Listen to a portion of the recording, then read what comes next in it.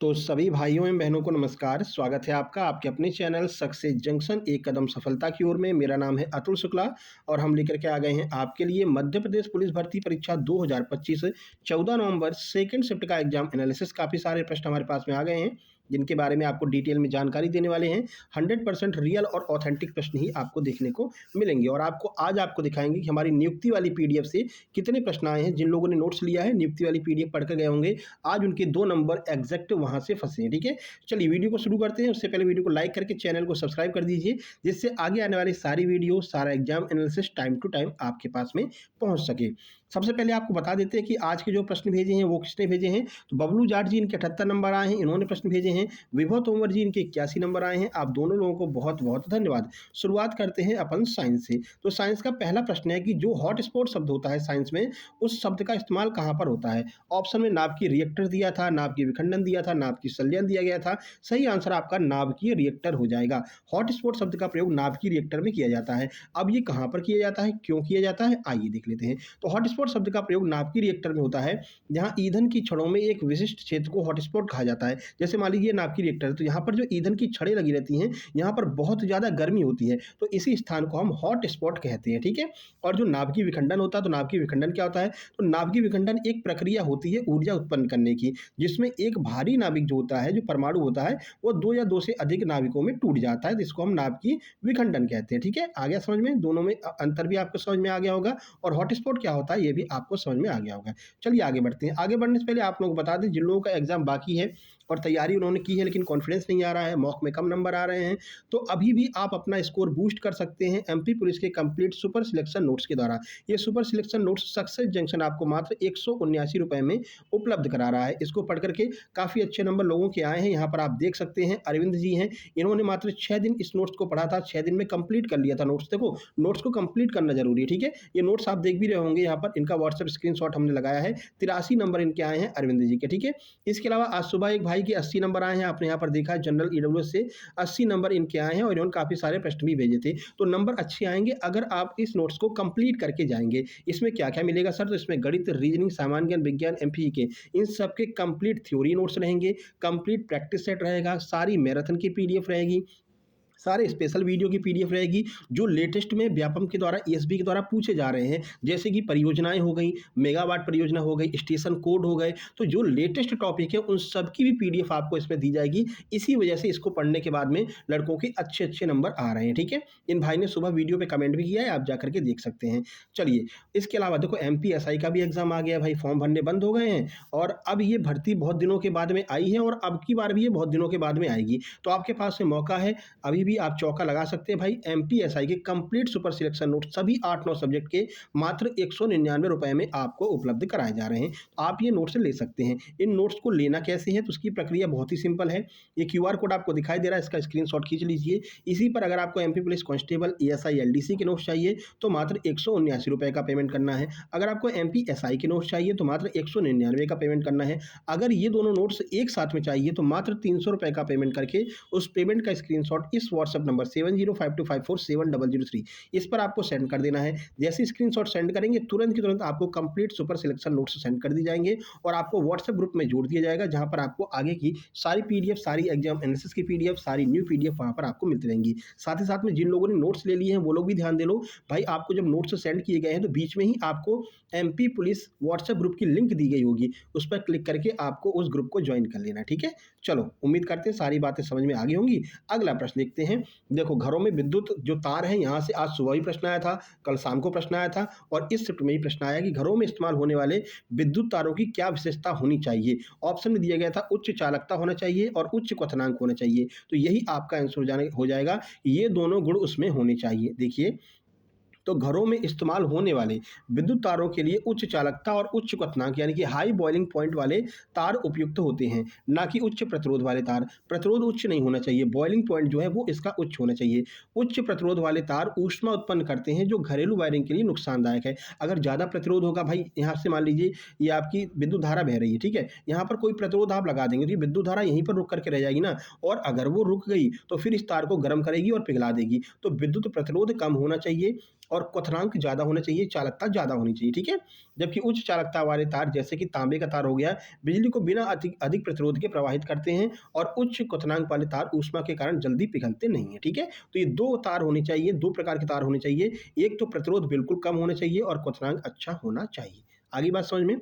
चलिए देखिए, तो उच्च चालकता वाले तार तो उच्च चालकता वाले तारों का कारण क्या है? तो वो घरेलू वायरिंग में ऐसे तार चाहिए जो बिजली को कुशलता से ले जा सकें ताकि ऊर्जा की हानि कम हो। तांबे के तार बहुत अच्छे चालक माने जाते हैं क्योंकि इनमें उच्च चालकता होती है और कम प्रतिरोध होता है। देखो, तार से प्रश्न पूछा जा रहा है हर शिफ्ट में, तो आगे आपसे पूछा जा सकता है भाई कौन सा तार लगाना चाहिए? तो तांबे का तार लगाना चाहिए। क्यों लगाना चाहिए? क्योंकि प्रतिरोध इसमें कम होता है, चालकता इसमें ज़्यादा होती है, ठीक है। अगला लाभ क्या है? तो ये तार ज़्यादा गर्म नहीं होते हैं और इनमें से ऊर्जा की बर्बादी भी कम होती है, ठीक है। तो ये सारे कंडीशन होनी चाहिए एक घरेलू तार जो आप अपने घर में लगाते हैं। चलिए आगे बढ़ते हैं, अगला साइंस का प्रश्न देखिए, पत्तियों में वाष्पोत्सर्जन किस वजह से होता है, मतलब किसकी मदद से होता है? तो रंध्र जिसे हम स्टोमेटा कहते हैं, इनकी मदद से पत्तियों में वाष्पोत्सर्जन होता है और प्रकाश संश्लेषण की क्रिया होती है। देखिए, तो पत्तियों में वाष्पोत्सर्जन रंध्रों के माध्यम से होता है। रंध्र जिन्हें स्टोमेटा भी कहते हैं, पत्तियों की बाहरी सतह पर एक छोटे-छोटे छिद्र होते हैं जो खुलते और बंद होते हैं, जिससे पानी की वाष्प पौधे से बाहर निकलती है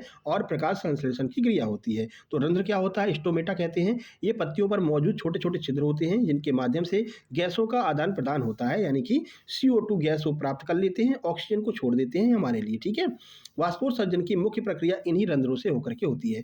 प्रक्रिया क्या है? जब रंध्र खुलते हैं तो पानी की वाष्प पत्ती की कोशिकाओं से वायुमंडल में चली जाती है। यह प्रक्रिया पौधों के लिए जल संतुलन बनाए रखने में मदद करती है और प्रकाश संश्लेषण की क्रिया लगातार चलती रहती है।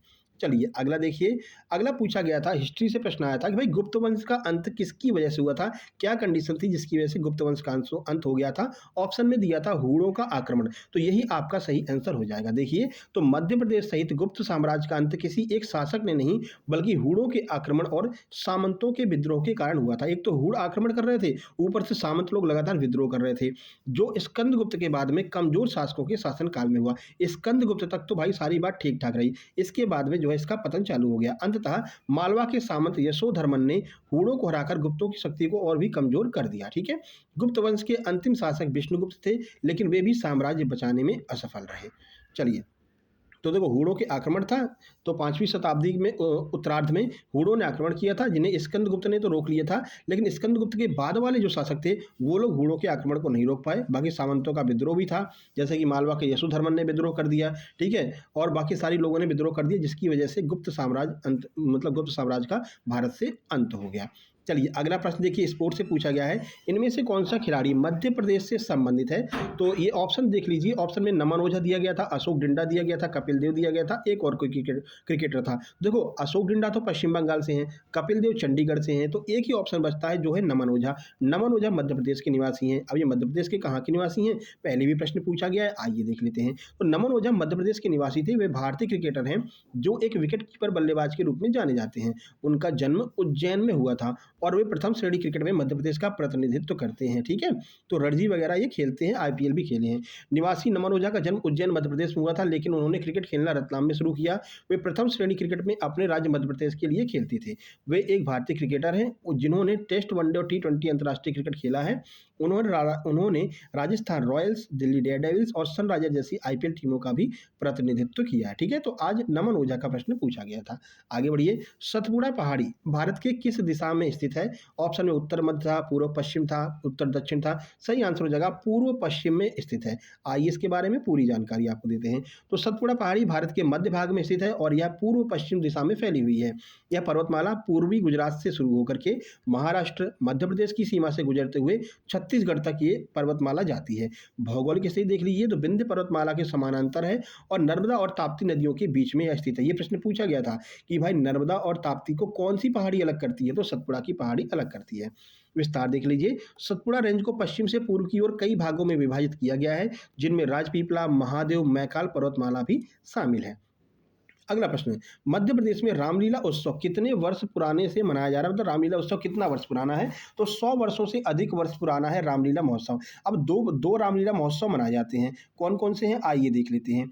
तो देखो, पहला जो रामलीला महोत्सव है मध्य प्रदेश के विदिशा में रामलीला मेला 1901 से लग रहा है, इसलिए यह 125 वर्षों से चल रहा है। दतिया में भी एक रामलीला मेला लगता है जो 100 वर्षों से अधिक समय से आयोजित हो रहा है। अब इनमें से ही कोई एक पूछा गया होगा, ठीक है। तो विदिशा वाला पूछा गया हो, ऑप्शन में 1901 हो तो ध्यान रखना 125 वर्षों चल रहा है, और अगर दतिया वाला पूछा गया हो, ऑप्शन में 100 हो, तो यह 100 वर्षों से चल रहा है। ये दोनों आपको देखना होगा। आगे बढ़ते हैं। अगला कालिदास समारोह पूछा गया करंट अफेयर का। कालिदास समारोह 2024 किस तिथि को मनाया गया? तो 12 नवंबर से 18 नवंबर 2024 के मध्य में कालिदास समारोह मनाया गया। समारोह की वाली जो पीडीएफ आपको दी है, पर्व समारोह उत्सव, उसमें ये दिया गया एग्जैक्ट, यही प्रश्न आपका पूछा गया है। तो कालिदास समारोह 2024 12 नवंबर से 18 नवंबर 2024 तक आयोजित किया गया था। इस समारोह का उद्घाटन उपराष्ट्रपति जगदीप धनखड़ ने उज्जैन में स्थित कालिदास संस्कृत अकेडमी में किया था, ठीक है। तो देखो, अवधि क्या होगी? 12 नवंबर 2024 से 18 नवंबर 2024। स्थान है कालिदास संस्कृत अकेडमी उज्जैन। प्रमुख घटना, समारोह का शुभारंभ 12 नवंबर को उपराष्ट्रपति के हाथों से हुआ था, इसलिए ये करंट अफेयर का महत्वपूर्ण प्रश्न बन गया। आगे बढ़िए। देखो, पॉलिटी से क्या पूछा है आज? तो एक समान सिविल संहिता अनुच्छेद 44 लागू करने पर कौन से मौलिक अधिकारों का उल्लंघन होता है? ऑप्शन में आर्टिकल्स दिए गए थे, तो अनुच्छेद 25 और अनुच्छेद 29 का उल्लंघन होता है। कैसे होता है, आइए देख लेते हैं। तो देखिए, एक समान सिविल संहिता यानी कि यूसीसी लागू करने पर मुख्य रूप से अनुच्छेद 25 और 29 के तहत धार्मिक स्वतंत्रता और सांस्कृतिक और शैक्षिक अधिकारों का उल्लंघन हो सकता है। आलोचकों का तर्क है कि यह अल्पसंख्यक समुदाय की धार्मिक प्रथाओं को सीमित कर सकता है, जिससे उनकी धार्मिक और सांस्कृतिक पहचान कमजोर हो सकती है। ऑप्शन में आर्टिकल 25 दिया गया था, तो आर्टिकल 25 आपका सही आंसर हो जाएगा। आगे बढ़िए। अगला, भारत की सबसे पुरानी पर्वत श्रृंखला कौन सी है? बड़ा सिंपल सा प्रश्न था। अरावली पर्वतमाला को भारत की सबसे पुरानी पर्वतमाला कहा जाता है। देखिए, तो भारत की सबसे पुरानी पर्वतमाला अरावली पर्वतमाला है। यह दुनिया की सबसे पुरानी पर्वत श्रृंखलाओं में से एक है और इसका निर्माण 2500 मिलियन वर्ष पहले हुआ था। कहाँ कहाँ पर फैली हुई है वो देख लीजिए। तो यह राजस्थान, गुजरात, हरियाणा और दिल्ली जैसे राज्यों में फैली हुई है, ठीक है। अरावली की सबसे ऊंची चोटी देख लीजिए। अब अगर अरावली पर्वतमाला पूछी है तो चोटी भी आगे पूछेगा। तो सबसे ऊंची चोटी कौन सी है? गुरु शिखर है, जो लगभग 1722 मीटर ऊंची है और ये माउंट आबू में स्थित है। यह पर्वत श्रृंखलाएं रेगिस्तान को फैलने से रोकती हैं और नदियों के लिए जल स्रोत का भी काम करती हैं। तो सबसे पुरानी पर्वतमाला कौन सी हो गई? अरावली। आगे बढ़िए।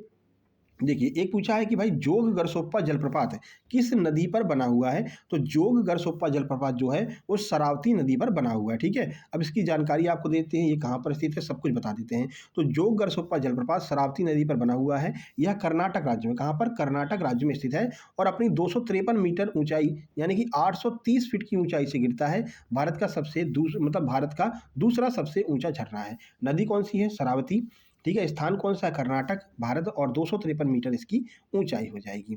यह जलप्रपात अलग अलग झरनों में विभाजित हो जाता है। राजा, रानी, रोअर और रॉकेट, ये 4 जलप्रपात जो है इसी से मिलकर के बने हुए हैं। इन्हीं से अलग होकर के ये 4 जलप्रपात बनते हैं। चलिए अगला देखिए, अपॉइंटमेंट पूछा गया है। दोनों अपॉइंटमेंट अपने ही पीडीएफ से पूछे गए हैं, जो हमने नोट्स दिया है। जिन लोगों ने नोट्स दिया है, अपॉइंटमेंट नियुक्ति की पीडीएफ अच्छे से पढ़ करके जाना। देखिए, सीआरपीएफ का नया महानिदेशक किसे नियुक्त किया गया है? ज्ञानेंद्र प्रताप सिंह को। तो जनवरी 2025 में ज्ञानेंद्र प्रताप सिंह को केंद्रीय रिजर्व पुलिस बल यानी कि सीआरपीएफ का नया महानिदेशक यानी कि डीजी नियुक्त किया गया था। उन्होंने कुलदीप सिंह का स्थान लिया, जिन्होंने सीआरपीएफ के पिछले महानिदेशक के रूप में कार्य किया। तो ध्यान रखना, अब तो ये भी एक ट्रेंड चल गया है कि भाई अभी जो नियुक्त किए हैं इनसे पहले कौन था ये बताओ। तो ध्यान रखना भाई, सीआरपीएफ के वर्तमान में कौन है? ज्ञानेंद्र प्रताप सिंह है। ये किसके स्थान पर आए हैं? तो कुलदीप सिंह के स्थान पर आए हैं। दोनों सिंह हैं, याद रखना। कुल का दीपक जलाने के बाद में ज्ञान की प्राप्ति हो गई, तो फिर ये बन गए सीआरपीएफ के नए महानिदेशक, ऐसे आप याद रख सकते हैं। आगे बढ़ते हैं। एक और अपॉइंटमेंट है भैया, देखो, आरबीआई का नया गवर्नर शक्तिकांत दास के स्थान पर किसे नियुक्त किया गया है? इस तरह से ही प्रश्न डिजाइन किया गया था। सही आंसर हो जाएगा संजय मल्होत्रा। देखिए, इनके बारे में कुछ बता देते हैं आपको, और ये भी अपनी पीडीएफ अपॉइंटमेंट वाली पीडीएफ से फंसा है। 56 वर्षीय सिविल सेवक संजय मल्होत्रा को अगले 3 वर्षों के लिए आरबीआई का नया गवर्नर नियुक्त किया गया है, जो 9 दिसंबर 2024 से प्रभावी होगा। तो 9 दिसंबर 2024 से लेकर के 9 दिसंबर 2027 तक ये अपने भारत के गवर्नर रहेंगे। तो 2 साल के लिए तुम्हारी छुट्टी हो गई है, इनको ही आपको याद रखना है, ठीक है। वह आरबीआई का कार्यभार संभालने वाले 15वें सिविल सेवक हैं और 26वें गवर्नर हैं। ध्यान रखना, क्रम कौन सा है? 26वां है। कौन से नंबर के सिविल सेवक हैं? यानी कि आईएएस अधिकारी हैं, 15वें क्रम के, ठीक है। वर्तमान में मल्होत्रा भारत के राजस्व सचिव के रूप में कार्यरत थे। अब ये आरबीआई के गवर्नर बनाए गए हैं। चलो अगला प्रश्न देखो, अहिराई नृत्य शुरू में आया था। नृत्य वाली पीडीएफ उठा करके देखना, आपको अहिराई नृत्य मिल जाएगा, पूरा डिटेल में समझा दिया है आपको। राई, अहिराई और जितने भी नृत्य आपका माचा, ये सब कुछ आपको नृत्य वाली पीडीएफ में मिल जाएगा। देखिए अहिराई नृत्य किस अवसर पर किया जाता है, तो दीपावली के अवसर पर इसको किया जाता है। चलिए देखिए, अहिराई नृत्य मुख्य रूप से विवाह और दीपावली जैसे शुभ अवसरों पर किया जाता है, खास करके मध्य प्रदेश की भारिया और यादव जनजाति के द्वारा। यह बघेलखंड और बुंदेलखंड क्षेत्रों में काफ़ी लोकप्रिय है। देखो सबसे पहले विवाह के अवसर पर इसको करते हैं, तो यह नृत्य शादी विवाह के दौरान किया जाता है, खासकर भारिया जनजाति के लिए सबसे लोकप्रिय नृत्य है। इसके अलावा दिवाली पर करते हैं। बघेलखंड और बुंदेलखंड के यादव समुदाय द्वारा दीपावली के समय यह नृत्य किया जाता है। अन्य कौन कौन से अवसर हैं, तो कभी कभी महिलाएं पुरुष प्रतिस्पर्धा के रूप में भी यह नृत्य करते हैं, जिससे उन्हें जीवन साथी चुनने की आज़ादी मिलती है। तो ये 3 जगह पर यह नृत्य किया जाता है, इनमें से एक आपके ऑप्शन में दिया गया होगा। चलो साइंस का एक प्रश्न बचा रह गया था, इसको भी निपटा देते हैं कि +2D - 3D क्षमता वाले 2 लेंस को आपस में अगर जोड़ दिया जाता है, 2 लेंस को अगर आप जोड़ दे रहे हैं, तो भाई वो बनने वाला जो लेंस होगा वो कौन-सा होगा? तो जो नया लेंस बनेगा वो अवतल लेंस बनेगा। कैसे बनेगा, उसके लक्षण क्या होंगे, आइए देख लेते हैं। तो +2D - 3D क्षमता वाले 2 लेंस को जोड़ने पर एक संयुक्त लेंस बनेगा, जिसकी कुल क्षमता -1D होगी। वह अवतल लेंस यानी कि नेगेटिव फोकल लेंथ की तरह कार्य करेगा। संयुक्त लेंस की क्षमता दोनों लेंसों की क्षमताओं के योग के बराबर होती है, और चूंकि कुल क्षमता ऋणात्मक है, यह प्रकाश किरणों को फैलाएगा जैसा कि एक अवतल लेंस करता है। ठीक है, तो देखो प्लस और माइनस, तो ये माइनस का 3D दिया गया है, प्लस का 2D है, इसको माइनस कर दीजिए तो क्या होगा, माइनस का 1D निकल करके आएगा। क्योंकि ये माइनस है तो माइनस किसकी क्षमता होती है, अवतल लेंस की होती है, तो अवतल लेंस की तरह कार्य करेगा, ये आपको ध्यान रखना है। चलो 19 नंबर, परमानेंट मार्कर यानी कि अमिट स्याही में कौन सा गुण होता है जिसकी वजह से वो मिटता नहीं है? ऑप्शन में रासायनिक गुण, भौतिक गुण ऐसा दिया गया था, तो रासायनिक गुण होता है जिसकी वजह से वो मिटती नहीं है। अब क्या क्या पाया जाता है रसायन के रूप में, वो देख लीजिए। तो परमानेंट मार्कर या अमिट स्याही सिल्वर नाइट्रेट और एल्कोहल, रंग और अन्य अज्ञात रसायनों से मिलकर के बनी होती है। अब रसायन शब्द आ गया, यानी कि ये इसके रासायनिक गुण हैं। यह सिल्वर नाइट्रेट के कारण स्थायी होती है, जो पराबैंगनी किरणों के संपर्क में आने पर त्वचा पर एक गहरा टिकाऊ निशान बनाता है। जैसे अभी वोटिंग चल रही है बिहार में, आप सबको पता है, तो जो लोग वोट देने गए थे ना, मतलब तो आज तो रिजल्ट ही आ गया, जो लोग वोट देने गए थे उनको ये स्याही लगाई गई थी। अब क्या होता है, जैसे ये स्याही हाथ पे लगा दी जाती है, तो ऊपर से जो पराबैंगनी किरणें थोड़ी बहुत तो आती है ना, 95% तो ओजोन सोख ही लेती है, जो थोड़ी बहुत आती हैं, तो वो जब इसके संपर्क में आती है तो कुछ टाइम के बाद आप देखेंगे कि वो एक गहरा नीला जो है दाग बना देती हैं। कुछ दिनों तक ये रहता है त्वचा पर, गहरा होता है, टिकाऊ होता है, तो कुछ दिनों तक रहता है, फिर चला जाता है। ठीक है, तो ये आपकी सिल्वर नाइट्रेट की बनी होती है, और यह अपने रासायनिक गुण के कारण चिपक जाती है। चलो मैथ के कुछ प्रश्न देख लेते हैं। साइन थीटा का मान दिया था 12/13, तो टेन थीटा का मान क्या होगा, ये आपसे पूछा गया था। एक शंकुकार टंकी की त्रिज्या 10 सेंटीमीटर है, ऊंचाई 8 सेंटीमीटर है, तो उसका आयतन बताना था। इसके बाद में 0.07585 रेडियन को जो है उसमें चेंज करना था डिग्री में। ठीक है, इसको डिग्री में चेंज करना था आपको, रेडियन को डिग्री में चेंज करना था। आगे बढ़ते हैं, अगला प्रश्न देखिए। 3 वर्षों का ब्याज 10% वार्षिक ब्याज की दर से, मतलब 3 वर्षों का जो ब्याज है वो 10% वार्षिक ब्याज की दर से 39,000 रुपये है। तो बताइए वो मूलधन क्या है, वो राशि क्या है जिसका ब्याज हमें 39,000 रुपये मिल रहा है। आगे बढ़िए, 12,000 रुपये की किसी वस्तु पर 10% की छूट दी जाती है, तो वस्तु का विक्रय मूल्य आपको बताना था। अगला, 25 आदमियों का औसत आय 10,000 रुपये है, एक व्यक्ति को 9,000 रुपये दिए जाते हैं, तो औसत आय पर क्या फर्क पड़ेगा, ये आपको बताना था। अगला देखिए, 50,000 की धनराशि पर 10% की छूट दी जाती है, तो कितने रुपए की छूट दी गई है, ये पूछा गया था। माता और पुत्री की आयु का योग 45 वर्ष है। यदि माता पुत्री की आयु का 3 गुना है, तो माता की उम्र बताइए कि वर्तमान में क्या उम्र है। अगला, 2 अनाज का क्रय मूल्य 40 रुपये किलो और 45 रुपये किलो है, दोनों को मिलाकर के बेचा जाता है। फिर लाभ प्रतिशत आपसे पूछा गया था, कुछ और डेटा इसमें दिया गया होगा, वो एग्जैक्ट डेटा उनको याद नहीं था। अगला, बाकी पार्टनरशिप से एक प्रश्न पूछा है, एक प्रश्न माध्यिका से, सांख्यिकी के 1 से 2 प्रश्न आ रहे हैं, एसआई का एक प्रश्न पूछा था जो हमने आपको बता दिया है, और एक प्रश्न आपका प्रिज्म से पूछा गया था। तो ये मैथ का पूरा लेखा जोखा हो गया है, लगभग 20 नंबर का मैथ आज देखने को मिला था। चलिए अब बात करते हैं रीजनिंग की, तो कुछ प्रश्न रीजनिंग के मिल गए हैं।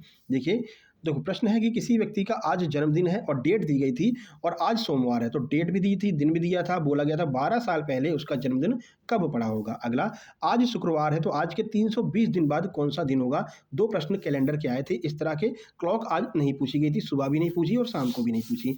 अगला, 4 आकृतियों को मिलाकर के एक आकृति बनानी थी, मतलब 4 आकृतियां दी गई थी, फिर बोला गया था कि इनसे कौन सी आकृति बनेगी, फिर 4 ऑप्शन आपको दिए गए थे। तो ये आकृति वाले जो आपके नॉन वर्बल है वो भी अब पूछी जा रही है, तो थोड़ा सा मेंटली प्रिपेयर होकर जाइएगा। Non verbal, figure counting, figure making, और फिगर फाइंडिंग, ये प्रश्न आपको देखने को मिल रहे हैं। कोडिंग डिकोडिंग के 2 प्रश्न, अल्फ़ाबेट सीरीज़ से 2 प्रश्न, एक प्रश्न आपका मैथमेटिकल ऑपरेशन में चिन्ह परिवर्तन से था कि इन चिन्हों को परिवर्तित किया जाए कि ये जो समीकरण है वो संतुलित हो जाए, ठीक है। बाकी पेपर कटिंग, पेपर फोल्डिंग से प्रश्न आ ही रहे हैं।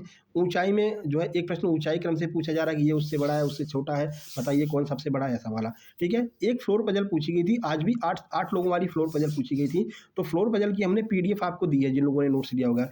तीनों तरह की फ्लोर पजल हमने उसमें कवर किया है, वो लोग आप लोग देख लेना, वीडियो भी देख लेना और सर्च करना floor puzzle by success junction, तो मिल जाएगा, ठीक है।